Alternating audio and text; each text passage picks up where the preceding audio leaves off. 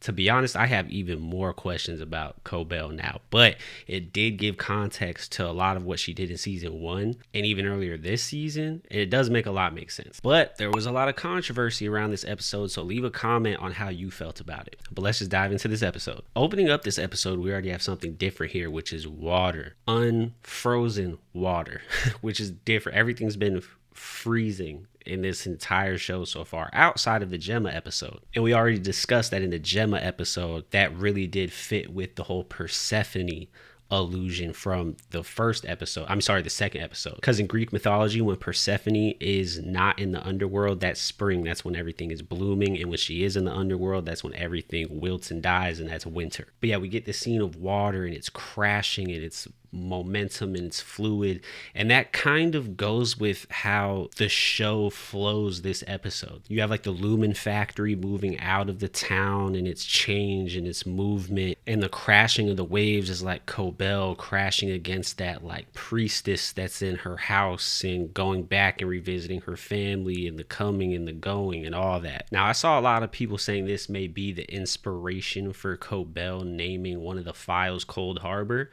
which that's legit. Now listen, we know details mean everything in Severance, right? I want to know what's up with teeth lately. Yes, teeth. So as we know, in the last episode, you had Gemma with the dentist, but then they also focused on her brushing her teeth.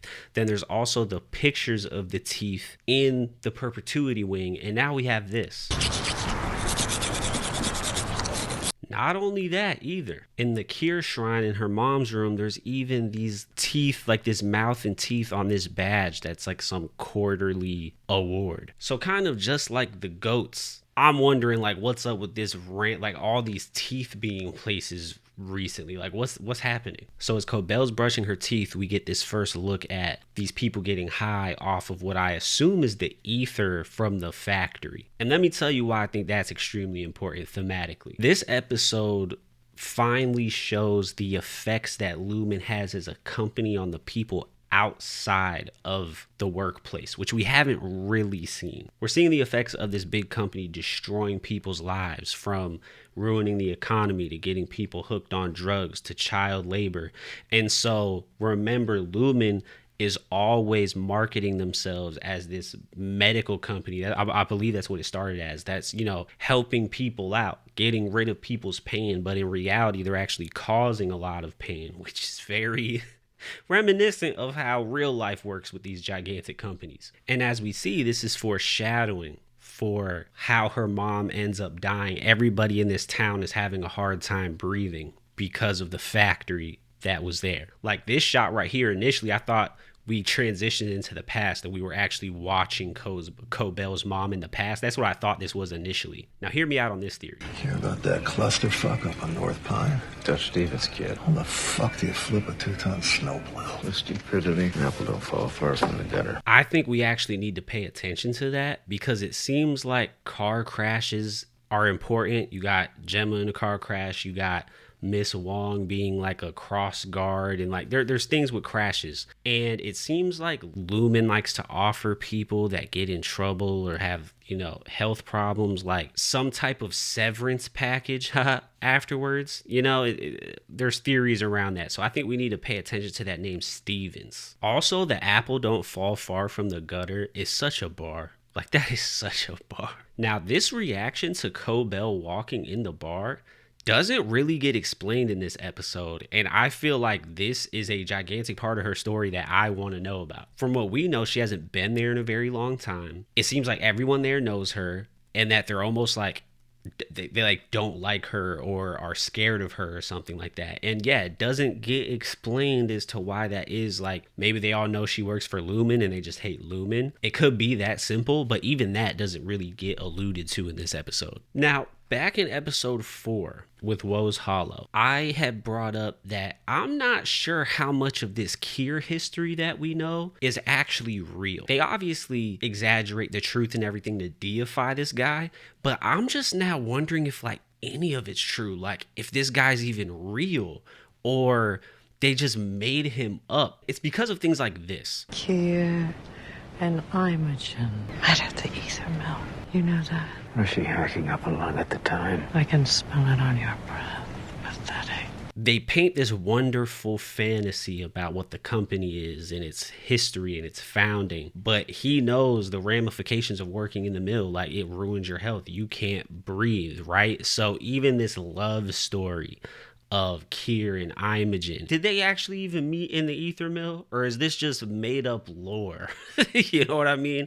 I'm curious, man. I'm curious. And also now I'm curious if they met when they were children working at a mill. That would be wild now that we know there's child labor and everything. Also, on that last part where Cobel was saying, I smell it on your breath, she seems to only be able to express love through shame and sarcasm, and like, she kind of has that like miswired in her head. Like, the love she received in her life was always this harsh. I mean, it wasn't love. She just mistakes it as love. And now that's like what she seems to do, right? Because she clearly loves this guy. By the way, take a second and please join our community, the Foster fam. There's over 400 of us. You could join on Patreon or YouTube members and get exclusive videos. You can ask me questions. I'll be able to answer them. We can theorize together and break these shows down together. All right, so go ahead and do that. I'll greatly appreciate it. Now, when we get to the scenes with Sissy, this is where things get pretty interesting. Little mouse. I want the key to Mother's room. That room stays shut until all who remember her sit with Kier. You know this. Couple things here. One, yet again, someone in this show is being compared to an animal. This keeps happening all the time. It's usually with the innies, but now Cobel's even being called a mouse. Then the concept, I'm not understanding this concept. She's saying that the room has to stay locked until everyone that knows her has seen Kier. I don't understand that concept. Does that mean after death, or does she mean once everyone converts? And why does her room need to stay locked until that happens? If y'all can leave comments on that, that'd be great, because I don't get that custom. I don't get what they're trying to do. Because she says later on that the mom herself wasn't, you know, she didn't follow Kier, right? So why is she keeping the room sacred for someone that didn't follow it? You get what I'm saying? I don't know. It's odd. I would have cared for her myself had I not been at school. Where you belonged. I didn't even get to say goodbye. Your studies were more important. Mr. Egan saw Kier in you. He really did. And the Wintertide Fellowship. Even at the factory, no apprentice was more industrious than you. Such a disappointment you've proven to be. Those few sentences of dialogue just gave us so much. They explained what the Wintertide Fellowship was, essentially, which is some type of program for Lumon, which we all kind of assumed that's what Milchick was getting at with Miss Wong. But then this kind of foreshadows the reveal later that Cobel is, you know, a prodigy. And what's wild is Sissy says that, you know, what a disappointment she ended up being. Cobel knowing that she's why the chip and all that is happening, but she can't say it. But what's crazy is later on, even when Sissy does find out, she tries to destroy the evidence. So it's like, man, you're gonna call me a disappointment and then also not even give me credit for my work and try to burn it? Nah, get out of here. Another interesting thing here is Cobel's mom's been gone for a long time, I guess, because she says she died when she was in school. So I'm assuming this is teenage years, maybe early 20s, like if it was college, something like that. And so she's been holding on to this grief for a very long time, which is why we then get this scene.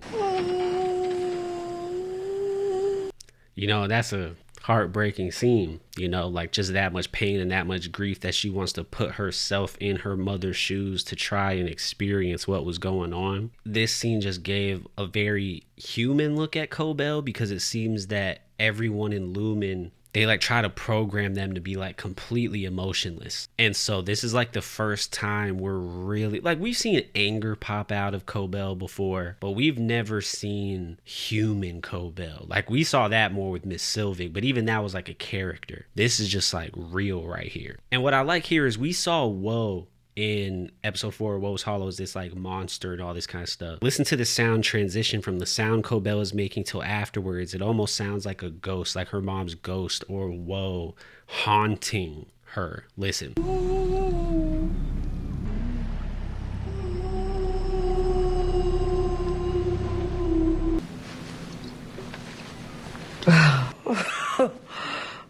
I haven't done that since I was 8. Now listen to me. Everyone's pointing out the fact that she says she was getting high at 8, right? Along with the child labor.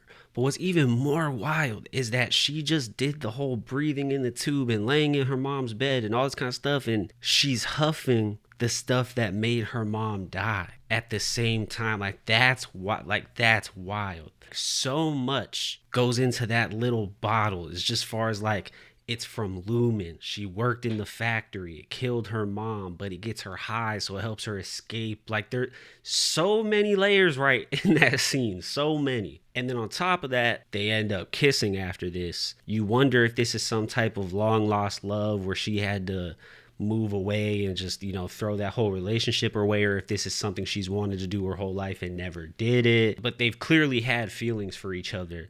But we never know if it materialized before this moment, which honestly, I feel like that could make the kiss have a whole bunch of different weight to it if it's a full circle moment for her where she had to get over her grief to allow herself to feel human enough to kiss somebody else. That would have added a whole nother layer to this scene, which would have been awesome if that was the case. I'm not gonna lie, y'all, right here I thought we were about to see her find Frodo.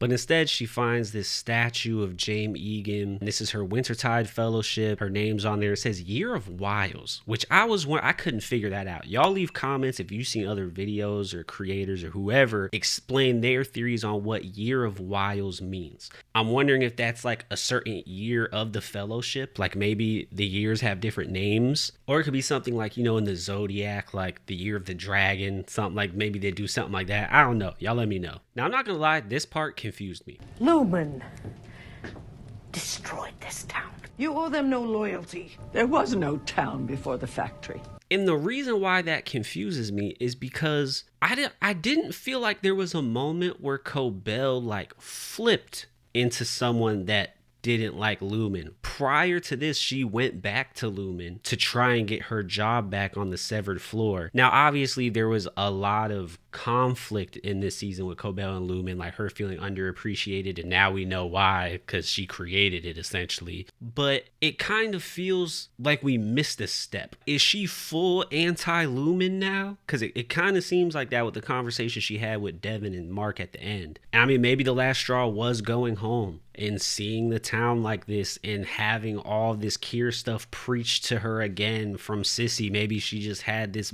breaking point, although I don't feel like we see that breaking point in the episode. And what about your own employ? Everything that you have, you owe back to the Egans as fealty. Fealty? Mine! My designs! Extraordinary. Quite a few things to talk about from that. It was subtle, but did you catch how Sissy was actually reading through it and was extraordinary? That tells me she actually knows what she's looking at. She must have some type of expertise as well. But then also another thing is this, when we're talking about the timeline of everything again, which seems very kind of confusing in this show. We were told initially that the whole severed thing started 12 years ago, but then when Irving went to Bert's dinner, it slipped up that, and then Bert said 20 years ago. But I'm assuming these plans and all that is from her fellowship, which would have been her teenage years and say early 20s or something. And so the concept of it must have been around for decades, which makes me wonder if it's been around even prior than 20 years, even before that. And what I want to know is who were the original test subjects for before the chip even came out, because they were running tests on, probably animal. Ooh, is that what they're doing with the goats? Nah, I don't. But they had to have been testing it on people before it was public at all. And maybe that is the 20-year mark that got brought up in Irving's dinner. But I feel like it's probably even before that. If James got his hands on these blueprints 30, 40 years ago. Lastly, notice how she was going to throw the book in the fire, which is interesting because all episode we've been seeing water, and it was going to be fire that destroys the notebook, which I thought was interesting because it's opposite elements. I thought you were different, my flower. I tried to help you grow, but now I see you are a weed. just as she was. Now, let me tell you what's really interesting about that. Last episode with Gemma, she resembled blossoming and flowers, and then the episode after, you have Cobel here representing weeds and killing things. I thought that was really interesting. Now, listen to this very closely and leave a comment on if you think I'm onto something here. This is Selva. Oh, thank fuck. I've been trying to reach you. And she hasn't killed him yet. No, I mean, I think he's okay. Is Mark with you? Yes. Put him on. Yeah. Hello? Tell me everything. Two odd things there. One, Devin calls her Miss Sylvig, which she was referring to her as Cobel the episode before. I could call her.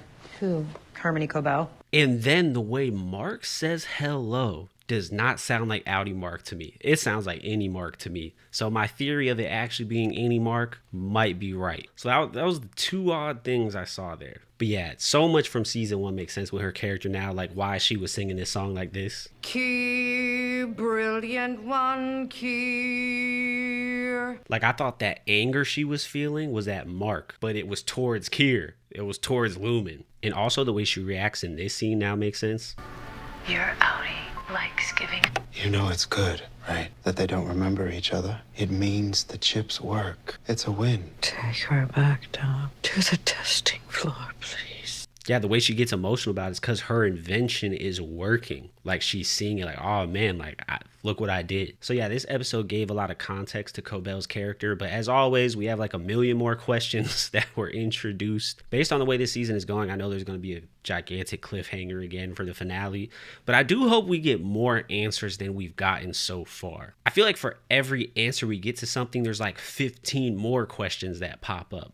So I hope at the end of the season, I'm at least feeling fulfilled from the answers we're given, and looking forward to more being given in season 3. But I feel like there needs to be a balance. Like they're not giving us much this season in way of answers. But yeah, if you enjoyed this video, please go ahead and join the Patreon or become a YouTube member to become part of the Foster fam community and get those exclusive videos, ask me questions, all of that. I would greatly appreciate it. It allows me to keep making content like this. And until next week, I'll see y'all.